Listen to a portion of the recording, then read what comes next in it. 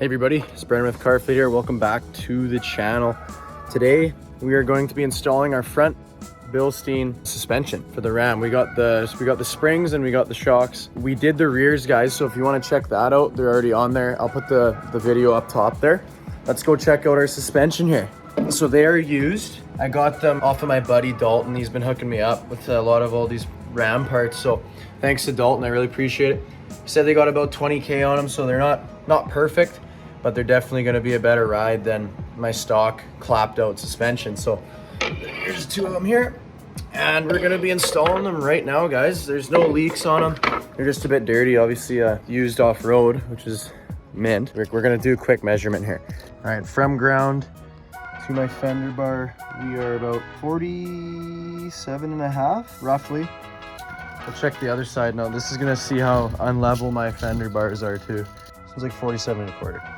And now let's get this wheel off. Okay guys, we are in. We're gonna be taking this off for sure, and this off. Those are super easy. They're both 21s. Pop them off and just get some more room, and then we can lube this guy up and pop this guy right off. You guys can see, here she is.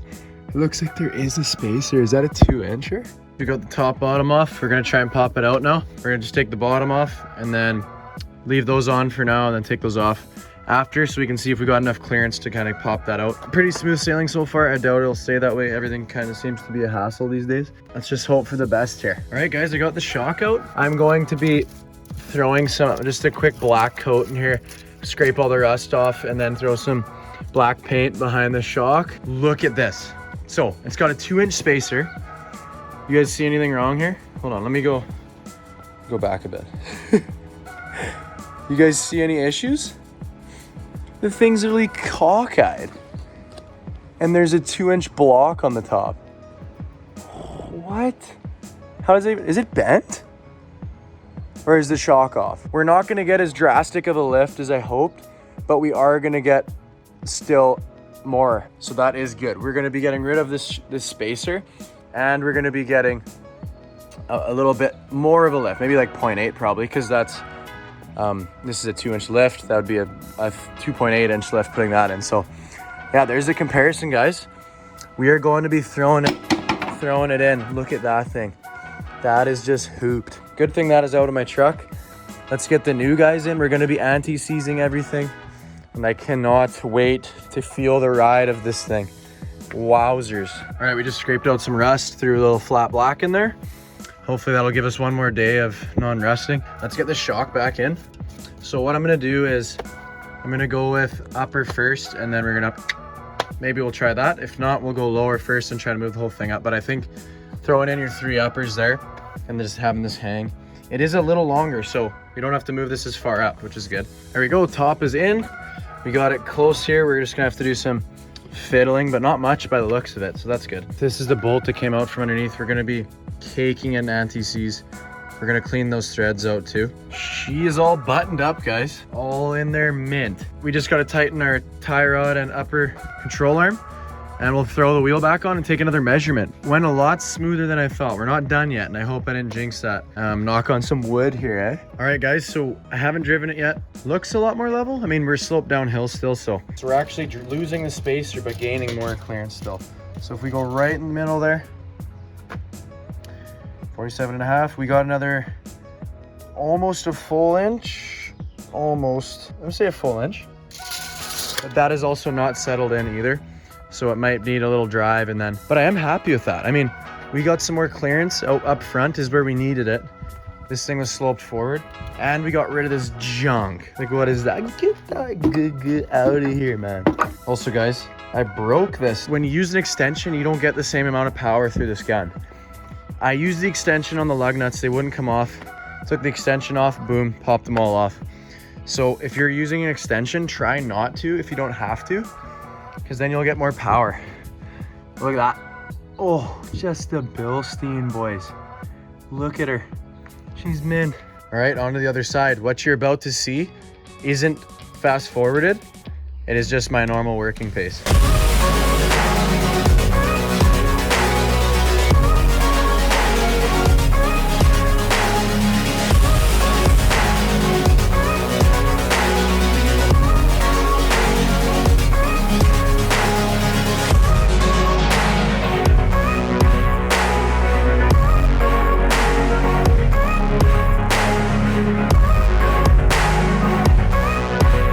was in a battle with the bottom shock bolt there. If you guys are having an issue with the bottom shock bolt, I had to search it. I was so confused on why it wouldn't come out. I guess because the way the shock's sitting, the bolt actually starts to bend in like a U shape. So I could see when I was twisting it that it wasn't perfectly straight. So that's gonna affect it too. But also like there's just a bunch of buildup in there. I would try to pry it, the whole bushing would move with the bolt. So I was like, I don't know if I'm gonna have to cut the bolt or what. I went online, I read it. You need an impact for sure. So what I was doing is impact, pry it, impact in, pry it, lube it, pry it, lube it, pry it.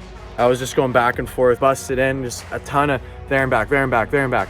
And it eventually started coming further and further and further, and then it just came out completely. I'll show you guys here. There it is. It's actually a different size than the other side. I don't know why. So no damage, which is good. We're gonna clean this bolt up, anti-seize. But let's get the shock out, guys. We're right there.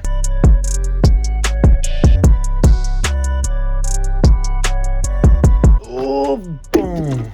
All right, they're both the same warp thing going on. They're off. Oh man, what a journey on that side. But same thing, we're gonna paint that up and slide our new one in. It should be the exact same. That bolt should go right through. We're just gonna clean it up first.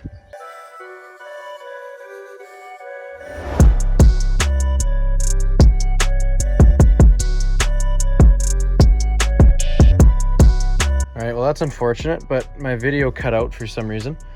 But we got it in completely. Everything's painted up, anti-seized, mint, ready to go. So let's throw the wheel on, see how she goes here. 49 now ish, 49-ish.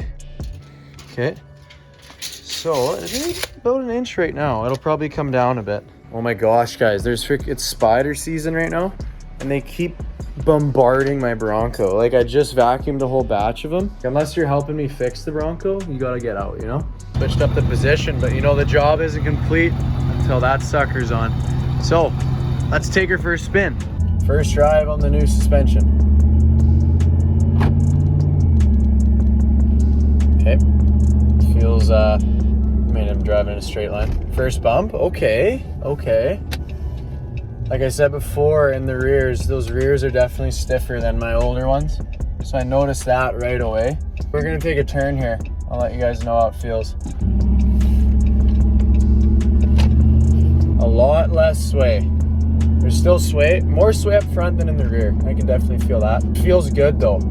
It feels good. These bumps feel a lot better. I can confirm. Just little bumps right now. They do feel really good. Take this corner a little faster.